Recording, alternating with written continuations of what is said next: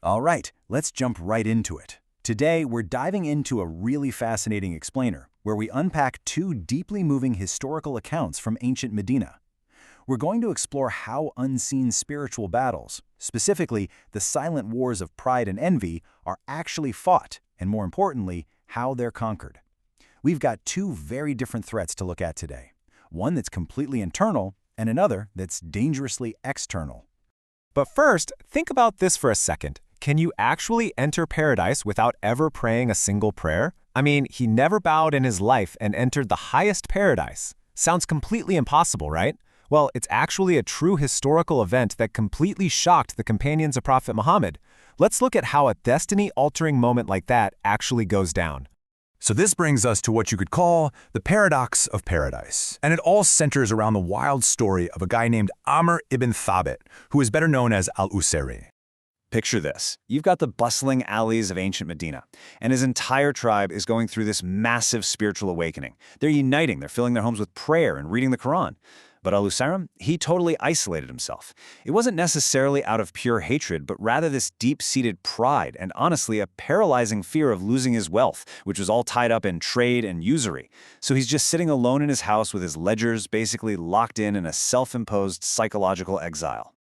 Then, the Battle of Uhud hits. The drums of war echo, and practically the entire city of Medina empties out as the men rush to defend it. So now Al-Usayri is left sitting all alone in this terrifying silence with his chests of gold. Suddenly he hears his Ansari neighbor, who's packing up for the battle, tearfully reciting a powerful question. Are you satisfied with the life of this world rather than the hereafter? And man, that single question acted like a lightning bolt. It instantly pierced through the darkness of his mind and just shattered years of stubborn pride. And here is where it gets absolutely crazy. His transformation was staggeringly fast. We're talking mere minutes. He goes from being this stubborn hoarder, terrified of losing his cash, to declaring his faith, throwing on his rusted iron armor, and charging his horse straight into the chaotic dust of Mount Uhud. He didn't even know how to pray yet. There was literally no time. He just rode right into the thick of it, fighting fiercely to defend the very message he had spent years ignoring.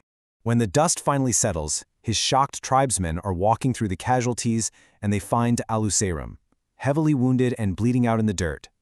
They are absolutely stunned. They pull off his helmet and ask him, "What brought you here, Amra? Was it out of loyalty to the tribe, or was it a desire for Islam?"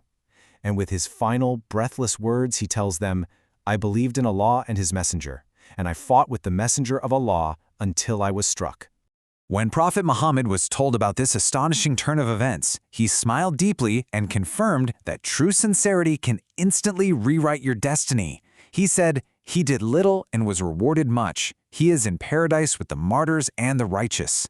The ultimate takeaway here is exactly what we opened with.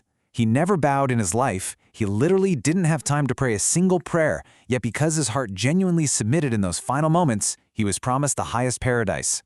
Now, while Al-Usayri was battling his own mind, a completely different, much darker shadow was creeping over Medina. This was a battle of external envy. The root of this new threat was hasad, or envy. And we're not just talking about wishing you had someone's cool shoes. We're talking about a dark jealousy that eats at the heart like a fire, ultimately burning the person carrying it. As Islam spread and brought all this light and unity to the city, certain factions felt their power slipping away. Instead of adapting, they let this terrifying, corrosive jealousy fester. And since they knew they couldn't defeat the Prophet in broad daylight, they decided to weaponize their envy in the shadows. That jealousy quickly turned into a literal dark conspiracy. The Prophet's enemies quietly hired this guy named Labid ibn al-Assam. Labid was notorious in Medina for dealing in the dark arts, specifically using knots and breath to cause unseen harm. But to make it work, he needed a physical link. So, using a servant boy, they managed to secretly steal a comb and some strands of the Prophet's hair. And with those deeply personal items, Labid started crafting a sinister, hidden spell. Which brings us to the infamous Well of Darwin, where the effects of this hidden magic actually started to surface. So how did this manifest? The Prophet started experiencing this unusual, heavy fatigue and a really strange, gentle confusion where he'd think he had done something when he actually hadn't. But look at his reaction. He didn't run off looking for mystics to fix it, and he didn't try to retaliate. He simply knocked on the door of Allah through fervent prayer. And the answer came beautifully in a dream. 2 angels appeared, laid out exactly who did it, what materials they used, and where the spell was stashed. Armed with that divine intelligence, he sent his companions out to get it. His companions trek out past the quiet gardens to this old, forgotten well known as the Well of Darwan. The imagery here is honestly chilling.